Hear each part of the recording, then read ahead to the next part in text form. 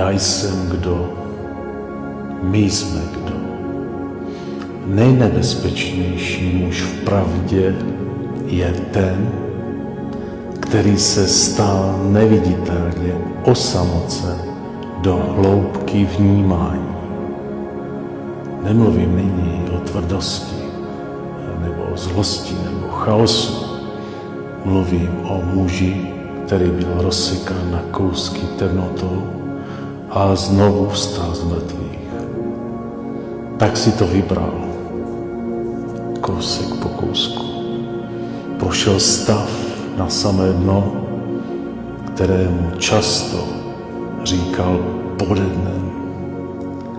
On se setkal s horkou pravdou, na kterou lidé hledání tratí celý život ve své sladké nevědomosti, nezodpovědnosti a nějakých pohlazených emocí.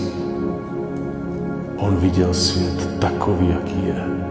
Obraz a obrazy celé konstrukce světa a dalších světů zrakem neviditelným, které zažil bez všech iluzí i bez všech falešných lží, kterým se krmí slabí lidé.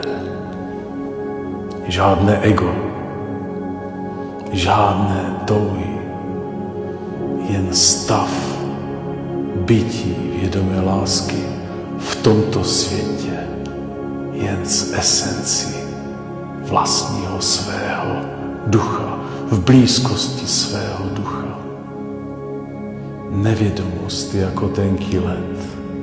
Jeden člověk může projít, avšak celý národ se může propadnout.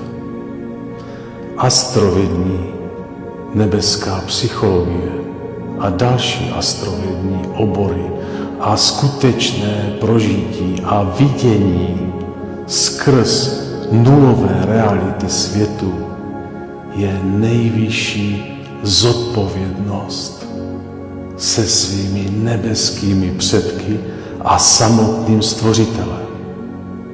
Je to konání nezávislé na rozumu a intelektu tohoto světa, překonávajíc jakéhokoliv pozemského učitele za hranicemi všech pozemských iluzí tohoto světa.